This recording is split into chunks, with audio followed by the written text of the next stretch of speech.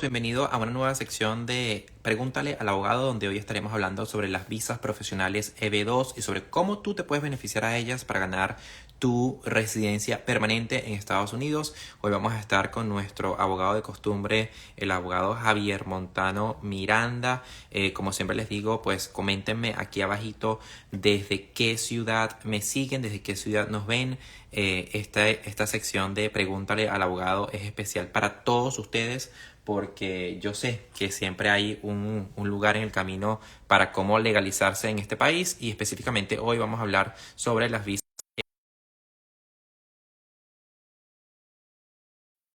EB1, que son las más complejas, las más complicadas o las más legendarias, ¿no? Donde más necesitas tener un récord de talento.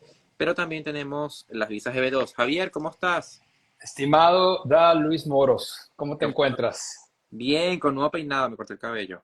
Sí, bueno, yo también. Sí. Bien, súper, súper, súper. Mira, hoy queríamos hablar sobre la GB2, que es la segunda categoría para las visas ¿cómo es? Employment based, por labor. Correcto. Em, la EB1 es la más difícil, por decirlo así.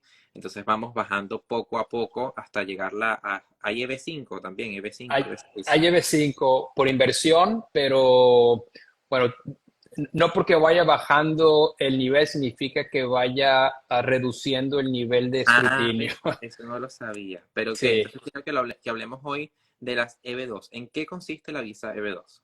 Bueno, primero vamos a despejar algunas leyendas urbanas, porque nosotros escuchamos que en social media hay demasiada información y muchas veces pues no es la correcta, ¿no? Y el objeto de esto es informar, ¿no?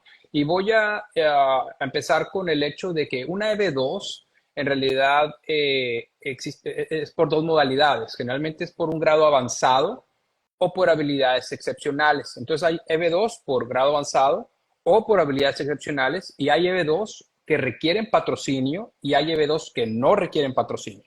Ok. Entonces, para efectos de esta discusión, pues enfoquémonos en la que no requieren patrocinio, ¿no? Que generalmente esas son las de más interés, sobre todo para nuestros inmigrantes, ¿no?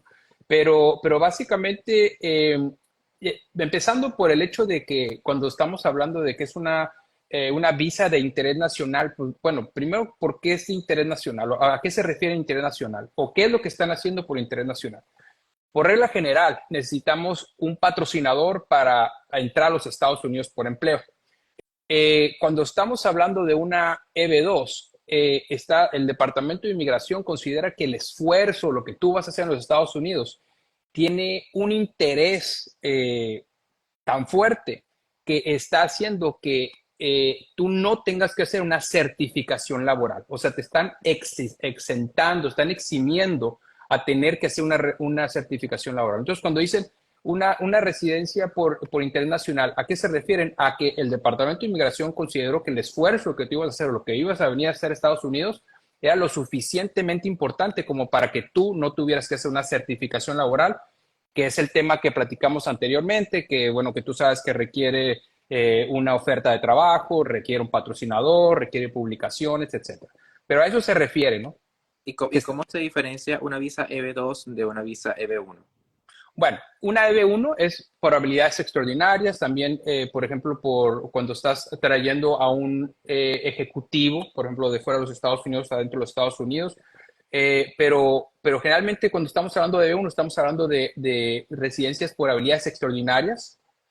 Y EB2 generalmente estamos hablando, y para efectos de esta discusión, para personas que tienen un grado avanzado, y ahorita vamos a platicar qué es un grado avanzado, y si no tienes ese grado avanzado, entonces personas que califican por habilidades excepcionales. O sea, Grado EB1, avanzado, EB1 es extraordinarias, EB2 excepcionales. correcto, correcto. Ok. Y básicamente la primera parte de la revisión es si la persona califica al criterio básico. ¿Y qué es el criterio básico para un EB2? Bueno, que tengas un grado avanzado o que tengas habilidades excepcionales. Es una o la otra. ¿Y qué es un grado avanzado? Un grado avanzado es una persona, por ejemplo, que tiene cualquier título arriba de un bachelor's degree. Entonces, por ejemplo, una persona que tiene una maestría, una persona que tiene un PhD, generalmente con eso solamente cumples con el primer criterio base. O sea, la Pero primera parte. pero la EB1 no exige eso.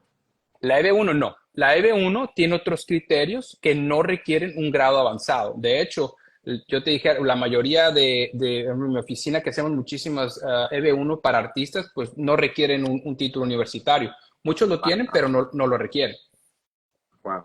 Entonces, por eso muchas veces es muy importante determinar que, de acuerdo al currículum de la persona, cuál es la categoría adecuada para aplicar a la residencia, porque al final de cuentas, a la gente no le importa si entra con EB1, EB2 o EB3, lo que el resultado es el mismo, es una residencia. Entonces, por ejemplo, la vez pasada habló uno de nuestros escuchas, que era un ingeniero, que tenía una duda acerca de la EB1 o una certificación laboral. Bueno, quizás esta persona, si tiene un grado avanzado o quizás tiene habilidades excepcionales, pudiera calificar mejor a una EB2 que a una EB1. Ya. Entonces, por eso es muy importante también que el abogado que está llevando o revisando estas aplicaciones, pues determine cuál es la mejor clasificación, porque muchas veces una persona no va a calificar una EB1, pero va a calificar una EB2, ¿no? Y Y una digo, de las cosas que te quería preguntar, y bueno, también le digo a la gente que ya a partir de este momento pueden hacer sus preguntas y al final yo me encargaré de leer cada una de ellas. Aprovechen este momento para que el abogado pueda responderlas. ¿Cuáles son esos mitos que has escuchado relacionados a la EB2, personas que han llegado a tu oficina y piensan que es tan fácil así como parece? ¿Cuáles son esos mitos que te gustaría desmentir, ¿no? Sobre este visado? el primero es que, bueno, por ejemplo, piensa que solamente califica para ciertas profesiones. Por ejemplo, no soy ingeniero, no califico. No soy, no sé, doctor, no califico. No soy, no. En realidad la ley no tiene definida qué tipo de profesión califica o no. Entonces, puede haber una variedad, un abanico muy amplio de muchas profesiones que quizás tú pienses que no califiques, pero o a lo mejor no, más y muchas veces ni siquiera ese grado avanzado, porque ahorita quiero volver un poquito para atrás, eh, y mucha gente puede hacerlo por medio de habilidades excepcionales. Entonces, y volviendo un poquito para atrás, si la persona, por ejemplo, digamos que no tiene maestría, ¿verdad? Tiene un bachelor's, Ajá. pero por ejemplo, tiene un bachelor's y 5 años de experiencia progresiva. Esa Mm, persona no necesita una maestría para calificar al criterio base. ok. Por ejemplo, si esa persona no tiene bachelor's, pero tiene habilidades excepcionales, no tiene maestría, pero tiene habilidades excepcionales, también califica al criterio base. Y ahora, ¿qué son habilidades excepcionales? La ley te dice, te da una lista de criterios, y si tú cumples 3 de esos criterios, eres considerado como que tienes una habilidades excepcionales. Y generalmente los criterios son, por ejemplo, evidencia de que la persona tenga 10 años de experiencia en su profesión, que tenga reconocimientos, que a lo mejor tenga un título relacionado con el área, de su industria. O sea, hay maneras de encuadrar a una persona bajo una EB2 independientemente del cuadro que tenga, porque acuérdate que la primera parte del proceso muchas veces es la más fácil, o sea, que cumple con el criterio base. La segunda parte, que es donde tú debes demostrar que la persona vaya a aportar a un beneficio importante nacional, a los Estados Unidos, generalmente esa es la parte más difícil de ¿Y esta CB2. cómo se prueba eso? Bueno, existe un caso que salió en el 2016 que se llama Matter of Danazar.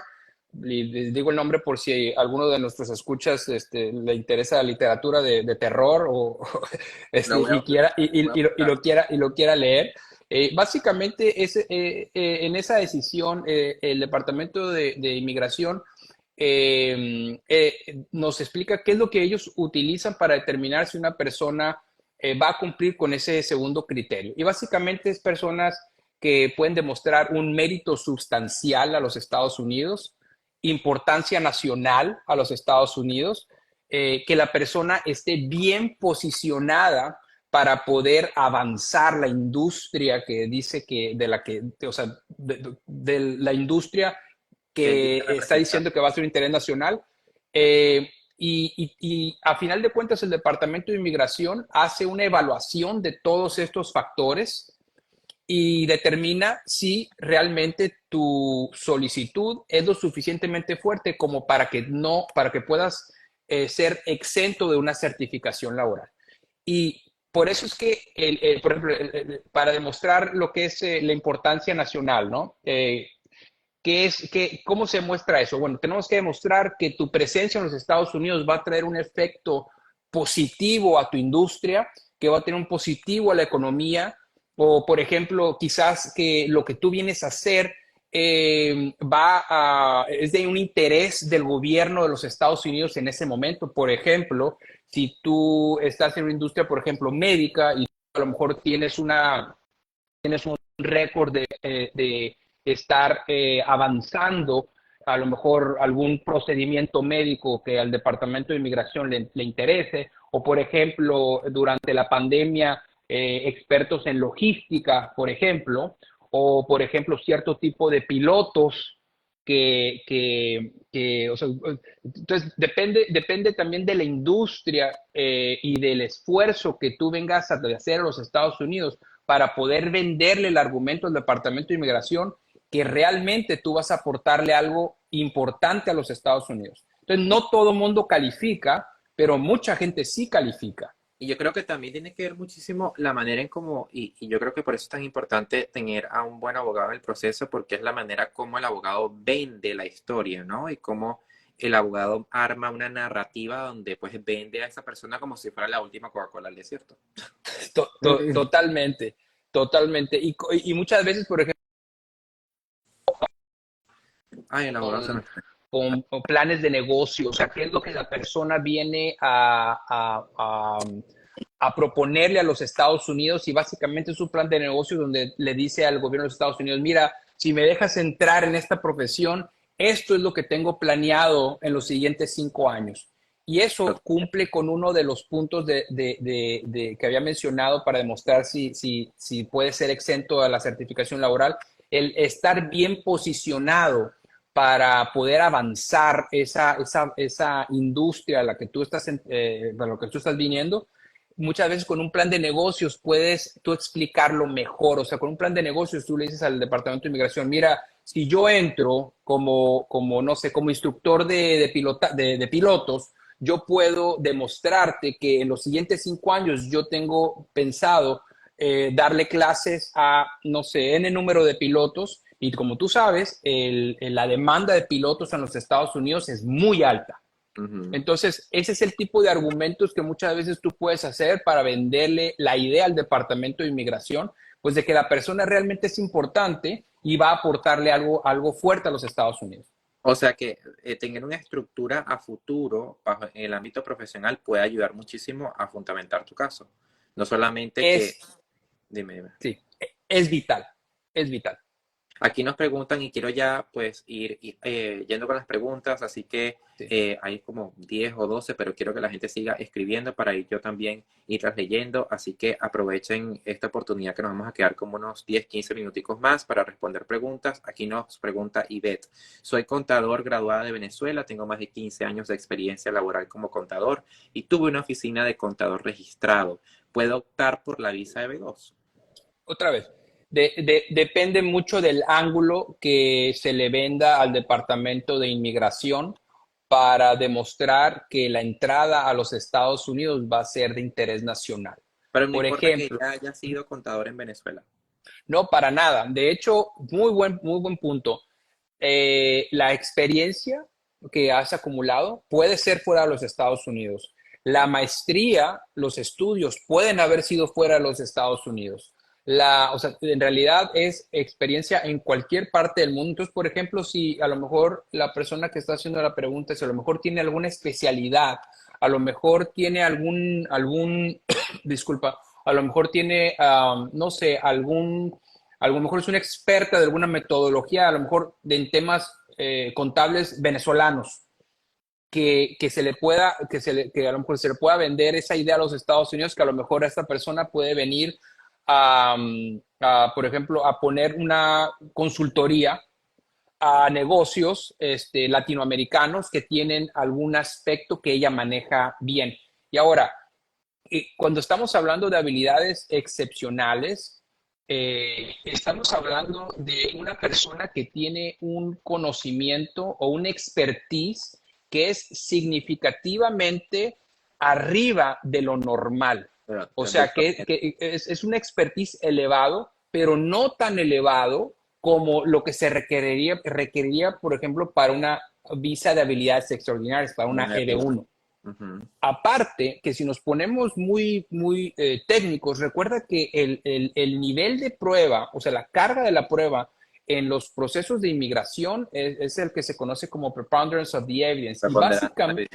Y básicamente eso es, si es más probable que lo que yo estoy proponiendo sea verdad que no sea verdad, en realidad el Departamento de Inmigración lo debe de considerar como que va a ser verdad. Lo que pasa es que muchas veces el Departamento de Inmigración, dentro de sus arbitrariedades, porque no hay otra palabra, se le olvida que el nivel de prueba para un proceso migratorio en realidad es bajo, pero muchas veces parece que quieren un nivel de prueba como si estuvieras en una corte criminal. Sí, o Entonces, sea, a eso iba, porque a veces lo toman como que si fuera beyond a reasonable doubt. correcto, Ujú. exactamente. Entonces, hay varios niveles de prueba y el de inmigración, pues es el más bajo. Pero muchas veces pareciera que se le olvidara al Departamento de Inmigración que, bueno, que no estás en una corte criminal y que realmente el nivel de prueba es básicamente, si es, otra vez, más probable que esto sea correcto, entonces deben de tomarlo como correcto. Exacto. Entonces, pero hay que recordárselo muchas veces al Departamento de Inmigración. Y Javier, ¿hay alguna manera de, por ejemplo, si yo aplico una visa de B2, esta visa que estamos hablando, y me la niegan, ¿hay una manera de apelar esta petición? Sí, muy buena pregunta. Mira, muchas veces tenemos que analizar la decisión y ver si fue un error de aplicación de ley o si fue una cuestión más de discreción. Generalmente las negaciones son emitidas por discreción y es muy difícil Apelar la discreción. apelar discreción, pero dependiendo de la razón por la que te la negaron. Ahora, muchas veces también por efectividad, muchas veces es mejor pues reorganizarse y reaplicar cuando se tenga la evidencia adecuada. Por ejemplo, si te dicen que, bueno, tú eres una persona que estás aplicando no con un grado avanzado, sino por habilidades excepcionales y uno de los criterios que tú tenías, bueno, a lo mejor no estaba tan fuerte. Pues bueno, le dices a la persona, mira, consigue ese documento, o sea, obviamente legalmente, no fabricado. A lo mejor si necesitas más experiencia, si necesitas una licencia, si necesitas una membresía o lo que necesites, consigue eso y cuando lo tengas, reaplicamos. Porque también tenemos que considerar que muchas veces cuando tú reaplicas inmediatamente, tenemos que acordarnos que la persona que va a revisar ese expediente va a saber que te la acaban de negar. Entonces tiene Ah, que ir por arriba de la decisión de un oficial que acaba de tomar una decisión. Entonces, la manera de ayudarle también a que te apruebe tu caso, decirle, mira, me lo negaron anteriormente, pero ahora tengo toda esta más evidencia, entonces apruébamelo porque ahora el caso es distinto. claro, y más o menos por aquí me preguntan que alrededor, que me des un averaje más o menos de cuánto cuesta este proceso para uno aplicar a una visa EB2. Sí, no No, puedo no, hablar, no, o sí, sea, una visa, no, me refería a los fees de la de aplicación. migración. Sí, ajá, $700, perdón, 720, no, $700. Se somete bajo la forma I-140 y la forma I-140 tiene un fee de $700. Y ok, lo bueno de esto, como había mencionado, las ventajas pues muy bondadosas de este criterio es que no necesitas hacer una certificación laboral, te estás saltando la certificación laboral. claro, totalmente, totalmente. Entonces, y no necesitas sponsor, no necesitas certificación laboral, pero obviamente no todo califica, no todo el mundo califica. Claro. No, no, yo jamás te preguntaría por tus honorarios. No, no. No, ¿Quieres, no es que no es ético, no puedo No, decirlo. yo No, sé yo que sé, no, sí. créeme que yo sé que no, pero te preguntaba eran los fees de inmigración. Por aquí me Sí. preguntan cómo puedes hacer una cita, pues la puedes hacer a través del 786-448-0951. No me lo aprendí, solamente que Mandy me lo envió. 786-448. Entonces, si quieren contactar al abogado, lo pueden hacer también a través de las redes sociales, pero si lo quieren hacer de una manera más directa, pues entonces pueden aquí llamar al número que acabo de fijar en los comentarios. Por aquí me dicen, mi esposo tiene O1, ¿cuándo puede acceder a la EB1 o a la EB2? Cuando sea, cuando pueda. Recordemos que lo que requieres para poder aplicar dentro de los Estados Unidos a una categoría de empleo es de que en este momento estés en estatus legal. Entonces, si su esposo tiene una categoría O1, por lo que ella tiene seguramente tiene una visa O3, o sea, de acompañante, y ellos están en estatus legal actualmente, entonces ellos pueden aplicar a una petición EB1 o EB2 en cualquier momento. Recordemos que la EB1 y la EB2 es la primera parte del proceso, es la petición, y una vez que esa petición es aprobada, entonces se aplica se hace ahora sí la aplicación a la residencia. Recordemos que hay dos pasos para hacerte residente, petición y aplicación. Esta es la petición solamente y la petición la puede hacer en cualquier momento. De hecho, yo le recomendaría analizar quizás una EB1 porque quizás esta persona califique a una EB1 y no a una EB2. ¿Y por qué yo en este momento me fuera más por una EB1 que una EB2? Porque la EB1 no tiene tiempo de espera. Eso significa que en cuanto a mí me aprueban la primera parte del proceso, la petición, yo puedo hacer la aplicación. Bueno, de hecho se pueden meter al mismo tiempo la petición y la aplicación si estás legalmente en los Estados Unidos. Allí, La EB2 tiene un retraso actualmente, tiene un retraso de meses. Y eso significa que una persona que somete una petición EB2 en este momento y digamos que le aprueban la petición en este mes, tiene que esperar en este momento aproximadamente, y si todo sigue caminando igual, septiembre, octubre, noviembre, diciembre, como unos 3 o 4 meses para hacer la segunda parte del proceso de la aplicación. Porque la EB2 ahorita tiene un retraso entre la petición y la aplicación. allí Entonces, mi y la pregunta. EB1 no lo tiene eso. Allí iba mi pregunta porque, bueno, mi pregunta no, la que hizo esta usuaria que dice, ¿esta visa cuánto tiempo estimado dan respuesta si es aprobada o no? Hay un proceso premium, y hay un proceso, el proceso Regular. regular. Si el proceso regular, la verdad, puede tardar años. Yo te dijera casi un año en el proceso regular. Ok, ok. El, eh, yo recomendaría, pero yo volviera un poquito a, si es EB1, y es lo que yo quisiera ver en este caso, si es una EB1, yo lo hiciera proceso premium, porque ahorita yo creo que por una persona que tiene una visa O, que a lo mejor no tiene mucho tiempo, que necesita saber la decisión de ese caso relativamente rápido. Entonces, hacer una EB1, en 15 días le adjudican ese caso, o sea, le dicen si sí o si no, o le piden más evidencia y si le aprueban la EB1, puede aplicar a la residencia inmediatamente. Ok. Entonces, yo me fuera, en este caso, yo quizás investigaría primero si puedo aplicar una EB1. Y recordemos, y disculpa que quiera hablar demasiado, pero recordemos que no porque tengas una O1, te van a dar una EB1. Ujú. Existe un espacio de nivel de prueba o de ser extraordinario entre la O1 y la EB1. Entonces, mucha Total. gente tiene O1, pero no puede aplicar a la EB1. Entonces, Bueno, eso es algo que se tiene que analizar. le recomiendo que para un análisis más profundo haga su asesoría o su cita con el abogado. Ahí está el número 786-448-0951 para que él lo pueda atender. Aquí nos siguen preguntando, ¿y si ya estoy en Estados Unidos estudiando ingeniería aeroespacial y el estatus migratorio es TPS y para aplicar al trabajo en la carrera me piden residencia? ¿Hay alguna modalidad de visa para poder lograr el trabajo? Bueno, esta persona quizás bueno, tiene TP, eso significa que está en estatus legal. Exacto. Ujú. Entonces, si tiene estatus legal y, bueno, pudiéramos, Está bueno, estudiando, todavía no se ha graduado. bueno, no, tiene que terminar. Tuviera que terminar salvo que tuviera estudios anteriores. Entonces, digamos que si esta persona tiene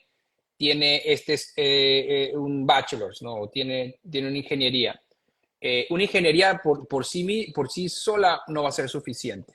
Ella Si dice que es ella dice que es aeroespacial. Ingeniería aeroespacial. lo que está estudiando ahora. Sí, sí. Sí, Ujú. pero una ingeniería en sí, por sí sola, no va a ser suficiente. Ok. Porque si hay muchas personas que se están graduando también de ingeniería Claro. aeroespacial, pues Ujú. difícilmente vas a poder diferenciar ese caso. Ahora, si esta persona a lo mejor ya tiene un background anterior con experiencia previa y a eso le sumas el bachelor, pues sí, definitivamente. Son casos que se tienen que analizar porque muchas veces muchas veces te conviene decirle al cliente, mira, ahorita no, trabaja, Recopilar trabaja uno o pruebas. 2 años y después aplicamos. Ahora, esta persona también pudiera ser candidato, pareciera, a una certificación laboral también, que obviamente es algo que pues toma más tiempo, es más caro, o sea, es más caro porque entran publicaciones, entra el proceso de necesitar un sponsor, pero una ingeniería para una certificación laboral, pues generalmente son procesos pues, bastante exitosos. Ok, buenísimo. Aquí me hacen preguntas de becas. Yo los quiero mucho, pero hoy no voy a hablar de becas porque hoy me toca hablar de leyes con el abogado. Así que hagan su pregunta si tiene que ver con el tema de inmigración y estoy súper seguro que el abogado Javier Montano Miranda los va a guiar en el proceso. Por aquí Gracias. nos dice, buenas noches, mi hija está estudiando enfermería aquí en Estados Unidos. ¿Tiene TPS? ¿Puedo aplicar a qué tipo de visado? Bueno, creo que va con la misma respuesta, ¿no? Tiene que graduarse Sí, primero. bueno, bueno, pero existe categorías de visas específicamente para enfermeras. Ah, Sí, sí, entonces, porque son áreas que el Departamento de Inmigración ha determinado que tiene una necesidad muy grande, pero no es específicamente por medio de la categoría de habilidades excepcionales. No es específicamente del tema de hoy, pero hay maneras de aplicar a la residencia por medio de ese tipo de profesiones. Sí. totalmente. Aquí nos dicen, Johan David nos pregunta, ¿las referencias personales o profesionales influyen mucho o no tanto a la hora de aplicar a esta visa? Influye muchísimo, pero no tanto son personales, o sea, de familia, no. Uno de los puntos de la segunda parte de la revisión requiere que tú demuestres que la persona va a avanzar la industria o donde tú vayas a trabajar, ¿no? El área donde tú vayas a trabajar. Y lo que se recomienda en ese tipo en ese caso son cartas de personas que a lo mejor han trabajado contigo o personas o cartas de personas que conocen de tu trabajo y que pueden decir que, bueno, que sí, que realmente tú eres una persona capaz, que les consta que tu trabajo es de punta, pero generalmente son cartas de gente o con las que tú trabajaste o que conocen de tu labor, pero referencias personales así en sí, pues la verdad no son tan Tan importantes. importantes. Y Ujú. aquí nos preguntan, mi hijo se graduó de abogado aquí en Estados Unidos, pero tiene solo TPS. ¿Qué visado los puede ayudar? Ok. Visado, recuerda, bueno, su hijo tiene estatus legal, el TPS es estatus legal, ¿no? Entonces, cuando estamos hablando de visado, básicamente estamos hablando de una visa de no inmigrante. Entonces, yo la verdad, si tú me preguntas a esta persona, yo le sacaría una visa de trabajo, en realidad yo no. Es mucho mejor, tiene más fuerza el TPS, tiene más bondades y libertades un TPS que cualquier visa de trabajo. Entonces, Ok, porque, por ejemplo, un abogado, por ejemplo, pudiera aplicar una visa H1B. La visa H1B es una visa que te requiere forzosamente a trabajar con el empleador que te está solicitando. ya. No puedes bajo ninguna circunstancia trabajar para otra persona. Si no tienes visa, generalmente es difícil viajar, sobre todo si no vas a, salvo que vas a viajar a México o a Canadá. El TPS es mucho más amplio y de hecho yo lo que creo que debería de considerar es de que una vez graduado, conseguir una oferta de trabajo, ya sea Para hacer la certificación laboral. una Ajá. certificación laboral que se va a tardar, sí, pero son profesiones que generalmente son muy buenas para, para hacer una certificación laboral. Y recordemos que si la persona está en estatus legal actualmente, puede aplicar a la residencia. Pero si la persona, digamos que tenía un asilo y después tuvo un TPS, esa persona puede salir fuera de los Estados Unidos con un perdón, con un permiso con el TPS, reentrar a los Estados Unidos con el permiso de salir al TPS y después aplicar la residencia. Entonces, Totalmente. lo que había mencionado anteriormente lo repito es que la certificación laboral para personas que tienen el TPS, independientemente que hayan aplicado un asilo o no, va a ser la clave para su residencia, la certificación laboral. Por aquí nos persiguen. Este caso me gusta porque, y a ver si lo podemos desglosar un poco y a ver si podemos ser un poquito precisos. Aquí nos dicen, hola, yo soy de Ecuador y mi mamá pidió a mi hermano que es soltero y mi esposo y yo somos los sponsors. Ya aceptaron todos los papeles de él y estamos esperando solo la cita y ya tiene esto un año. Lo que pasa es que mi mamá ya falleció. ¿Qué pasará con el caso? Oh, ok.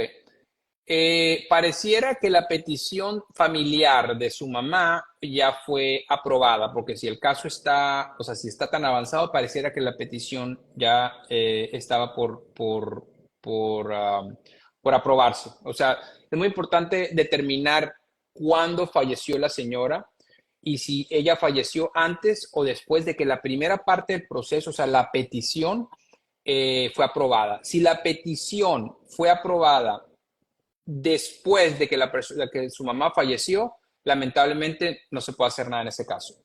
Si su mamá falleció, eh, des, Dice que sí, está todo aprobado.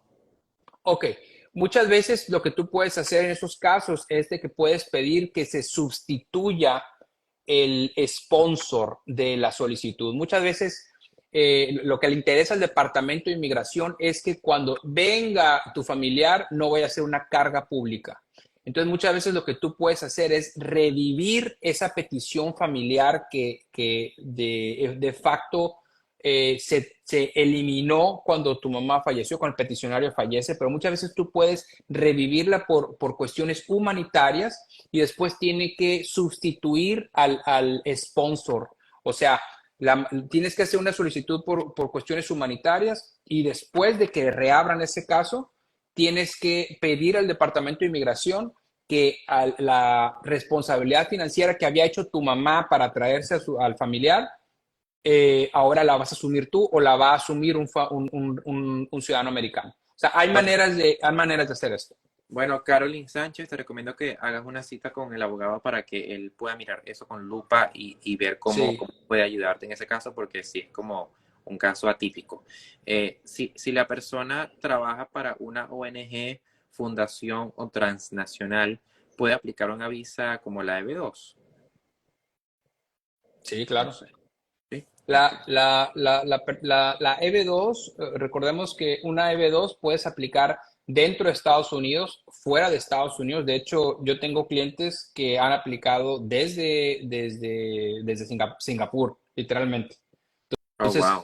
la persona no tiene que estar dentro de los Estados Unidos, puede estar fuera. El proceso, la petición se hace dentro de los Estados Unidos una vez aprobada.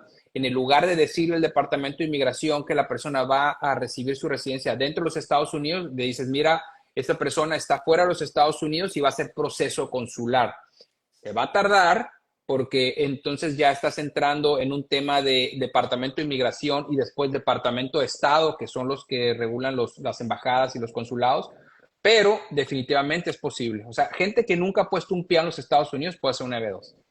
Ok, buenísimo, buenísimo. Aquí nos siguen preguntando cuál es el número del abogado. Bueno, el número es 786, bueno, no del abogado, de la oficina, 786-448-0951 y también le pueden escribir a su mensajería directo para pues organizar una cita con el abogado. Aquí nos vamos a desviar un poquito hacia asilo, porque me acaban de preguntar, hola, buenas Adelante. noches, Buenas noches. ¿se puede introducir un asilo después de 3 años?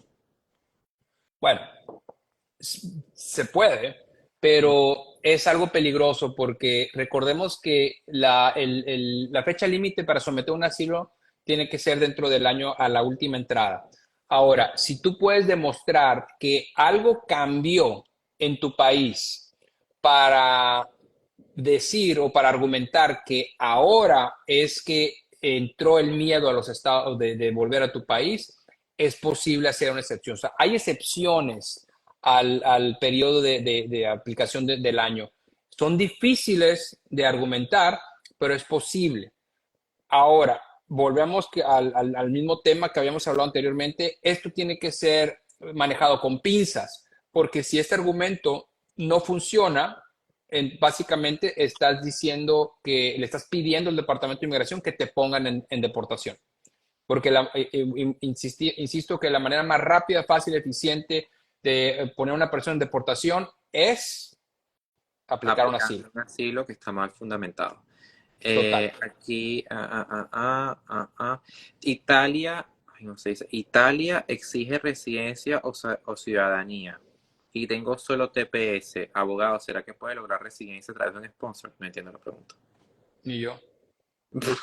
Entonces, vuelve a escribir a ver si la podemos leer.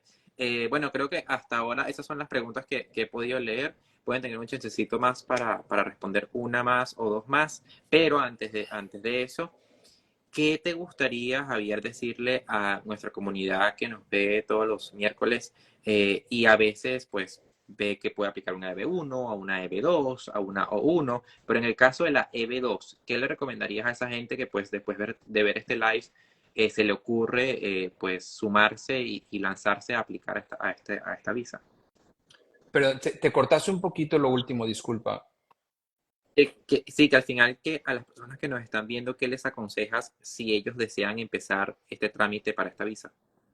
¿Qué deberían saber? Bueno, primero que nada es que no son, que muchas veces pensamos que por el término extraordinario, excepcional, etcétera, pensamos pues de que son solicitudes casi imposibles o solamente para una persona pues demasiado calificada. Bueno, sí tienes que estar calificada, pero tampoco significa que tienes que ser una persona superdotada o que sea una persona demasiado reconocida.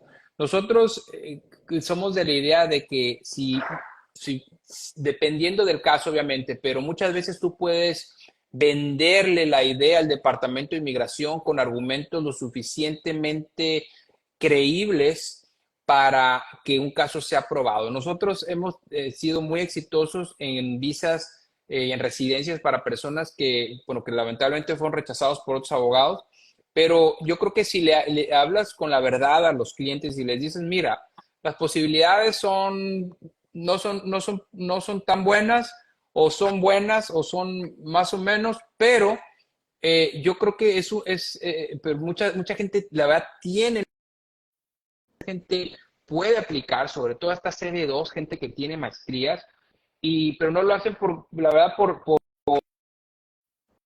menos, por sentirse que a lo mejor Ay, no llegan al estándar. Dejemos que un profesional sea el que haga esa determinación. En mi oficina, la mayoría de las personas que van a verme para EB2, la mayoría, la verdad, primero salen casi molestos, pero porque les pido demasiada información, porque yo sé que el estándar es elevado, pero yo sé también que muchos lo tienen. Te asombrarías de la cantidad de personas que van a la oficina que dicen que no tienen nada de información y que vuelven al mes con cajas, literalmente cajas de evidencia y obviamente evidencia real, nada inventado, por favor. Entonces, tenemos que también dejar que un profesional y muchas veces hasta la familia nos ayude a recopilar información o muchas veces también personas que han ocupado cargos en organizaciones distinguidas les da pena pedir una carta porque no, ya no me conozco. No, o sea, es increíble que hay mucha gente que pues, no lo hace a lo mejor por pena, pero califican y sobre todo para personas que tienen TPS, pues es la clave para hacerte residente. O sea, yo les dijera, al menos tomen una, dos, tres opiniones y si las tres opiniones les dicen que no, pues no, no estoy en el camino. Pero al menos es ser proactivos y buscar una solución, sobre todo a personas con TPS, porque acuérdate que el TPS cambia la administración y quizás cambie también el rumbo al TPS. Totalmente. Y lo otro es nada inventado, por favor. Esto es sumamente serio. Esto tiene consecuencias migratorias y criminales permanentes. Una persona que somete información falsa al Departamento de Inmigración difícilmente va a poder recibir cualquier otro tipo de beneficio. El Departamento de Inmigración es sumamente celoso con todo lo que sea relacionado con fraude. Es mejor decir no califico a decir me están acusando de fraude migratorio, no puedo aplicar nunca para nada. No, y si no calificas, pues una de las cosas, una de las tareas que tenemos tú y yo aquí todos los miércoles es decirles, mira, si no calificas a esta, hay tantísimas otras a las que probablemente puedes ser elegible.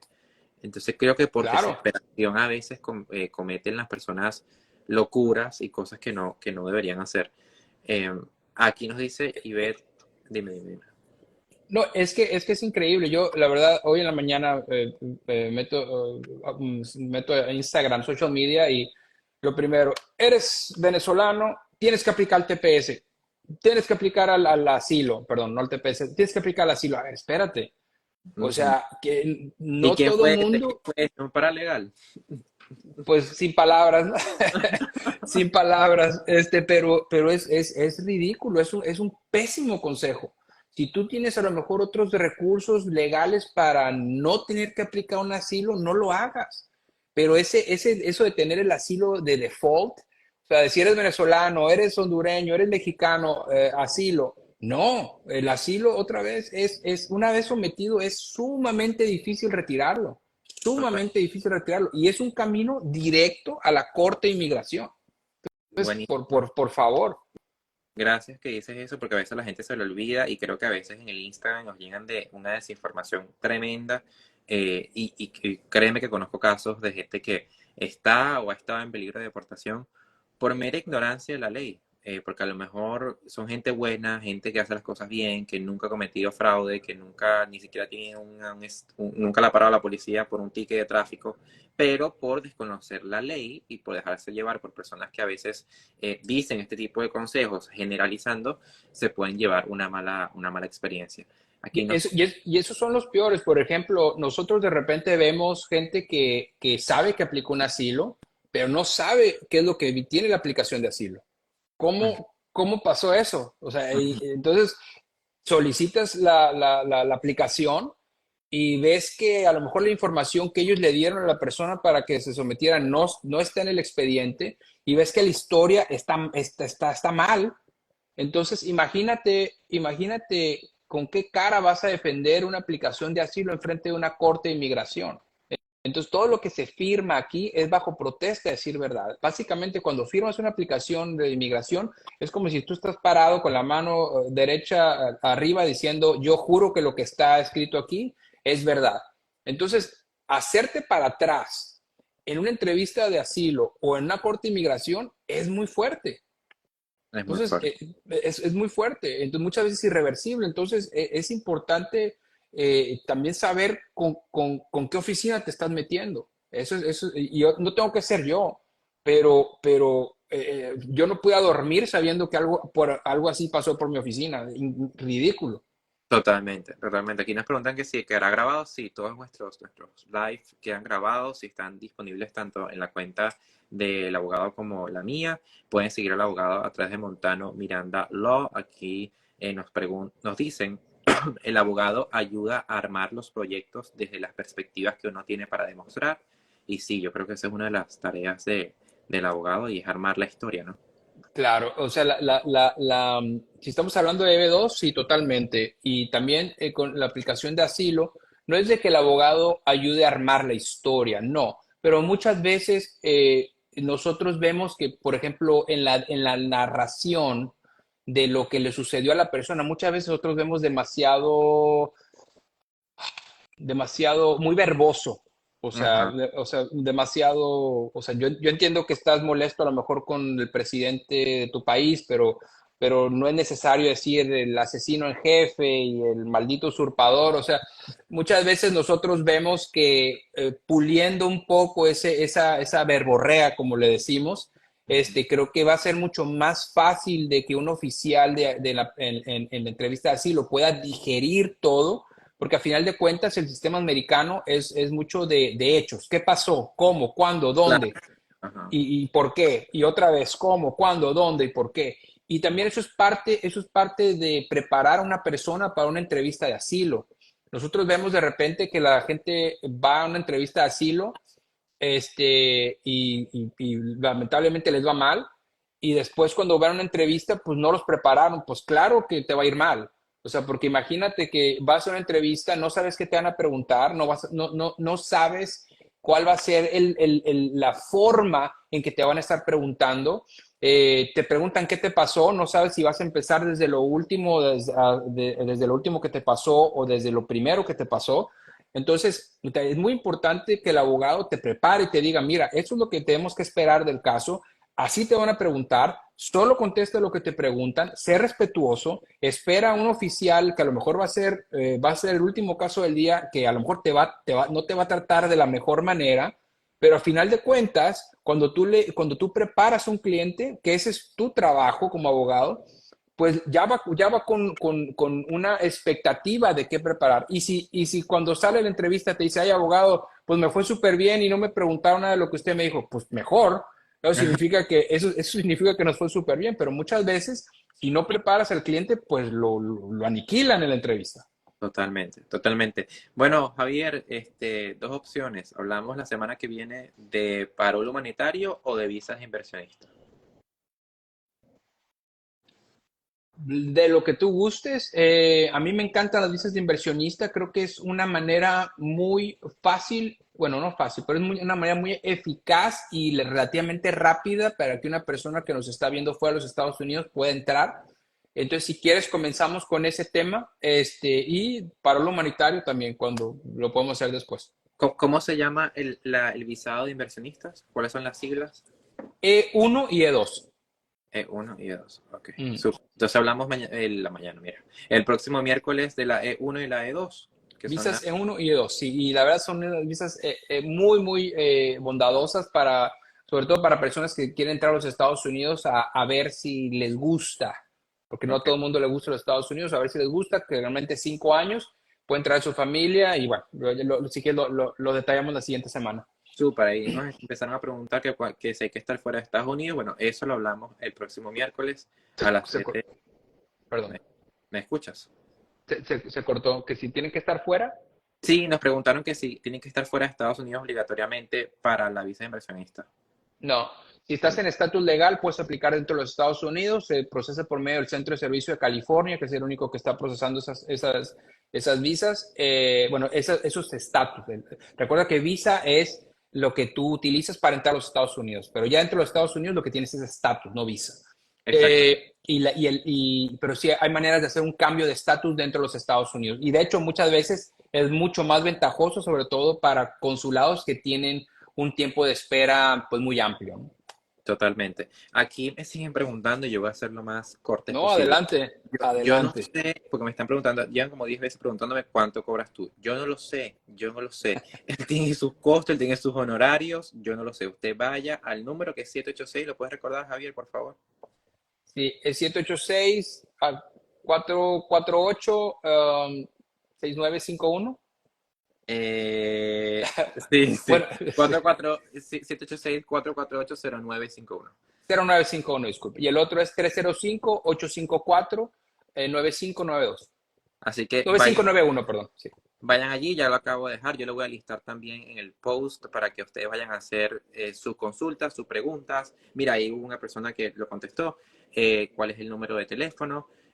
Gracias. Y la gente que trabaja con el abogado Javier Montano Miranda le puede decir, pues, cuáles son sus honorarios, las citas, etcétera. Yo desconozco eso. Yo solo sé que Javier es lo máximo, pero no sé cuánto cobra. Gracias. Gracias. No, y espero que la gente que nos está escuchando entienda que no es ético, no podemos, los abogados tenemos que manejar, aunque no lo crea mucha gente, pero tenemos que manejarnos con una línea muy estricta de reglas de profesionalismo y discutir nuestros honorarios al aire no es, en mi opinión no es ético y aparte no es de buen gusto tampoco, aparte, en mi opinión. No, no, Ujú, y yo, a mí tampoco me gusta eso porque yo ujú. tampoco digo cuánto cobran nada. Así que el que esté interesado, que vaya, haga su consulta y yo estoy súper seguro que el equipo del abogado Javier Montano Miranda los va a atender. Javier, nos vemos el próximo Gracias. miércoles. Con el favor de Dios, muchísimas gracias por tu tiempo y bueno, como siempre, te mando un gran abrazo, estimado. Claro que sí, nos vemos el próximo miércoles a las 7. Con el ¿Ok? favor de Dios. Saludos. Un abrazo, Javier. Bueno, Igual. allí estamos con Javier Montano Miranda, quien es mi abogado de inmigración. Lo tenemos todos los miércoles, es lo máximo. Yo recomiendo a gente que es certificado, que es buena en su trabajo, que sabe lo que hace, que es honesto, que es una de las cualidades que están en peligro de extinción en este país, en el mundo, la honestidad y la transparencia. Y Javier Montano Miranda lo es porque lo he podido ver, lo he podido evidenciar. Así que quien quiera hacer su consulta, pueden hacer su consulta. Aquí lo dijo la señora Mandy Ruiz. ¿Dónde está para colocar aquí el comentario? Es el 786-448-0951. Samantha Beren dice que él es lo máximo y yo lo certifico, es lo máximo. Nos vemos el próximo miércoles a las 7 de la noche con el abogado de nuevo para hablar sobre todo lo que tiene que ver con las visas de inversionistas, la E1 y la E2. Hoy hablamos de la EB2 y la próxima semana vamos a hablar de la E2. ¿Ustedes se dan cuenta cómo una pequeña falta de inicial puede ser una visa totalmente distinta? Bueno, eso lo vamos a ver la próxima semana a las 7 de la noche. Gracias por unirse. Pueden hacer sus preguntas. Pueden dejar sus preguntas si llegaron tarde o lo están viendo en diferido. Pueden dejar sus preguntas en los comentarios y estoy súper seguro que el equipo del abogado Javier Fontana Miranda les va a responder. Nos vemos la próxima semana con el abogado. Yo voy a seguir dando algunos lives esporádicos el fin de semana para hablar sobre becas, pero hoy me tocó hablar con el abogado sobre inmigración y nos vemos el próximo miércoles a las 7 de la noche. Un abrazo.